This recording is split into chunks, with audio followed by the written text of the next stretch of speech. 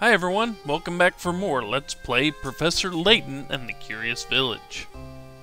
I know I said that at the end of the last video that our next step would be in talking to the inspector here, but we have a whole bunch of stuff we haven't looked at in a very long time. First, we've got the journal entries. Looking for the inn, we found the inn. Chasing Claudia? Well, we found the Claudia. See? Claudia found. And then the murder. Basically, just to sum up, I've agreed to search the village for the missing servant, Ramon. So there we go. That's all the new journal entries. The mysteries, however, we have this little tiny cogs thing. Perhaps the murderer dropped it when fleeing from the scene. And then we have this. We haven't looked at the gizmos in a while. We've got a bunch of them building up. So let's go ahead and put them in this roughly dog-shaped outline. There's a leg. There's his foot. Another leg. Another foot. Another one of those. The torso. And yet another leg.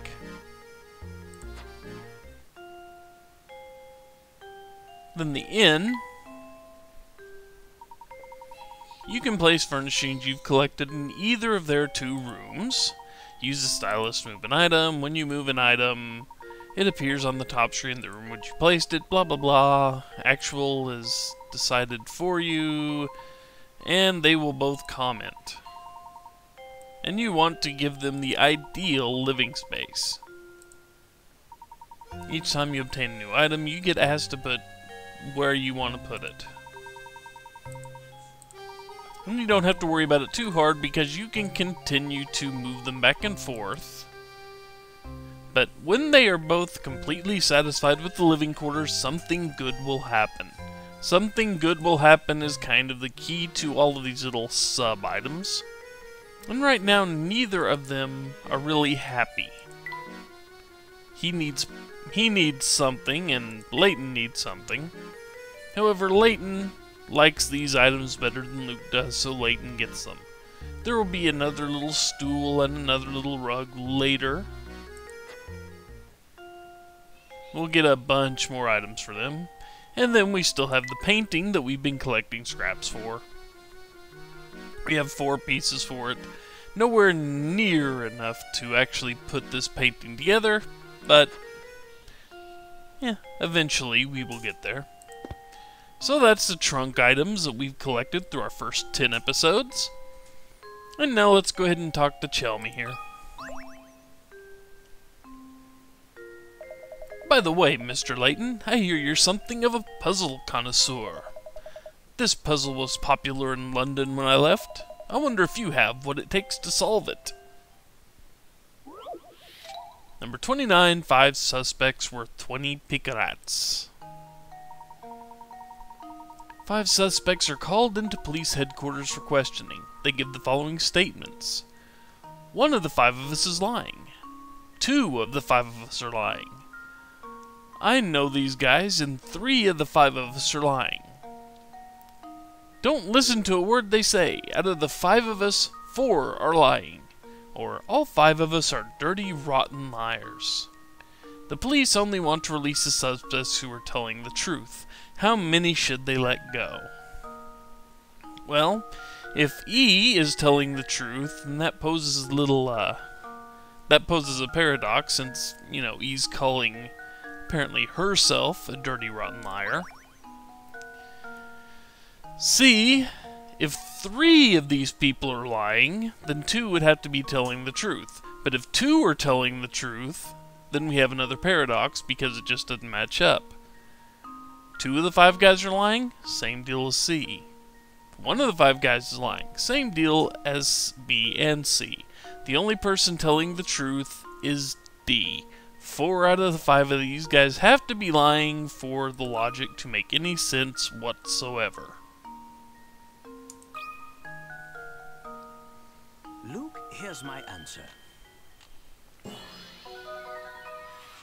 Critical thinking is the key to success. Easy enough. And, just as I said, if every suspect accused a different number of people of lying, if anyone was telling the truth, it only had to be one suspect. I suppose I should have given you a tougher puzzle to solve. Yeah, pretty much. You'd do best to use that brain of yours to find that golden apple everyone has a buzz about. And we get another foot for our dog. And puzzle 29's in our index. But we are done with this room for now. And here's Matthew. Ah, Matthew, do you have a moment? Certainly, sir. How can I help you? It's about the picture of Lady Dahlia upstairs, the one of her holding a small child. Ah, yes, about that old picture. That's not Lady Dahlia, I'm afraid. It's a picture of Baron Reinhold's former wife. But I certainly understand why you would mistake one for the other. They were virtually identical in their appearance, their gesture, and even the way they moved. So that photo isn't of Lady Dahlia, but an earlier wife of the Baron. Wow, imagine finding someone who looks that much like you. What are the odds? They could be identical twins.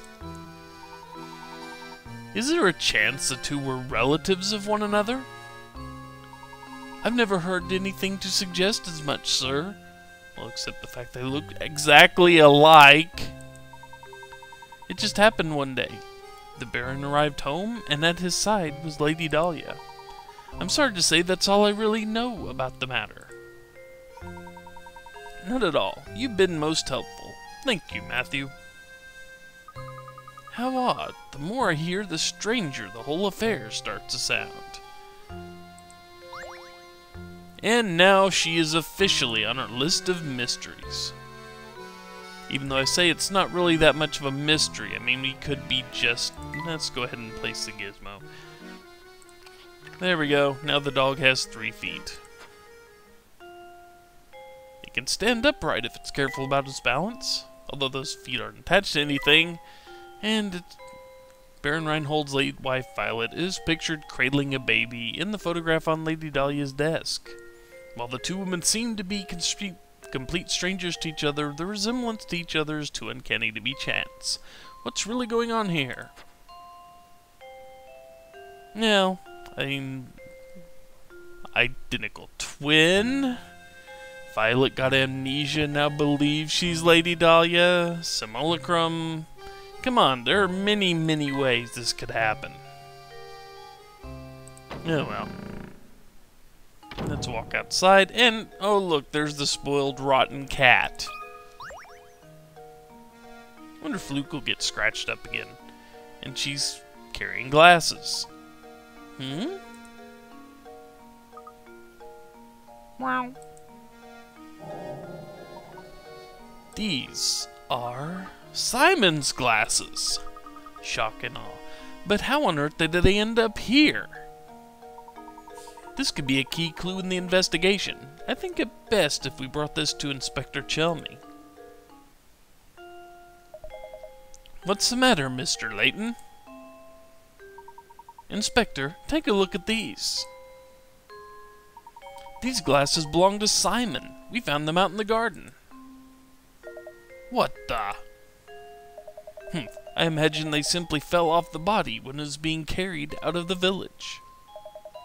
Besides, if you have enough time to manage the village lost and found, shouldn't you be searching for the Reinhold inheritance or whatever it is you're supposed to be doing? He kinda has a point. Of course, if you continue to interrupt my investigation, I have some ideas about what you can do. My sincerest apologies, Inspector. I don't like that Chelmey one bit. Finally, I agree with you on something, Luke. He reeks of smoke and he's so full of himself. And the way he treats you, Professor, it's just too much. Luke, my boy, pay it no mind. Right now we have other priorities. Let's go ask around town and find Raymond. Okay, so we need to keep walking. And we run straight into... what's her name? Agnes, thank you. Look at you fretting away there. Whatever's the matter? Sorry to trouble you, but did you see Ramon around here today? He was just here until a while ago. No, I can't say I've seen him today, which is strange, considering how often he sneaks off the job. But enough of that. I hear you're quite an ace with puzzles. Would you mind helping me out with the puzzle I've been mulling over? Oh, right now? We're sort of in the middle of something right now. But if you insist...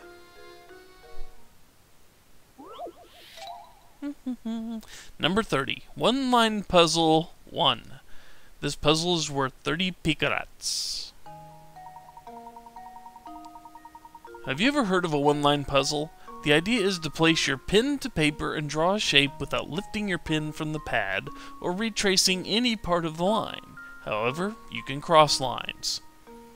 Now that you're familiar with the concept, look at the 4 pictures below. One of them cannot be drawn in one line. Which one is it? Well, if you look, this one, believe it or not, can be. This one can be. This one, it's more difficult to see, but yes, it can be as well. This one is the only one that cannot be drawn that way.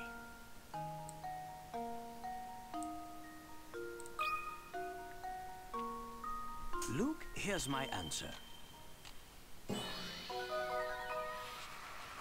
And I believe the game actually explains a way to tell how you can do, this right off the bat.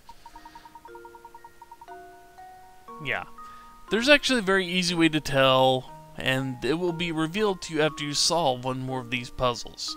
But yeah, if you look, it actually shows you how to do each one of these. This is the only one that can't. That's some fine work there. I was stuck on this puzzle for I don't know how long. Ah, you there, boy.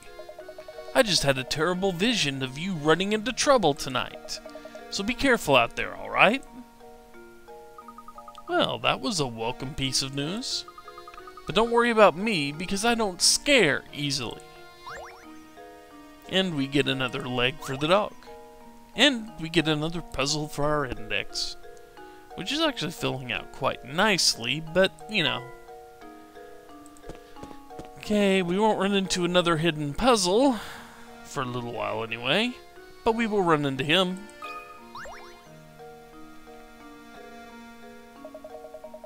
Hey, you two, what are you up to? Let me in on the secret. Ah, I got it. Don't tell me. I told you I got it. Out searching for somebody, huh? Hitting the streets for info, yeah? But sorry, I haven't seen your man. Are you sure you didn't see or hear anything that might help us? No, I got nothing for you. Quit asking me about it. Sheesh. I see. Well, in any case, thank you for your time. Oh yeah, and good luck with your crazy search. 2 crazy kids on a crazy search, right? Right. Ah, but definitely do not go poking around the tower on the north side of town. Got it? Yeah, you got it. The tower on the north side of town? How do you even get to that part of town? Do you remember that clock tower in the square? I believe we must pass through it to get to the north side of town. Let's go check it out. Well, we will go check it out soon enough, but for now, it's time to cut the video. But when we return, he's got another puzzle for us. Surprise, surprise, surprise. And then we'll go deal with all that. So, till then, take care, folks. See you later.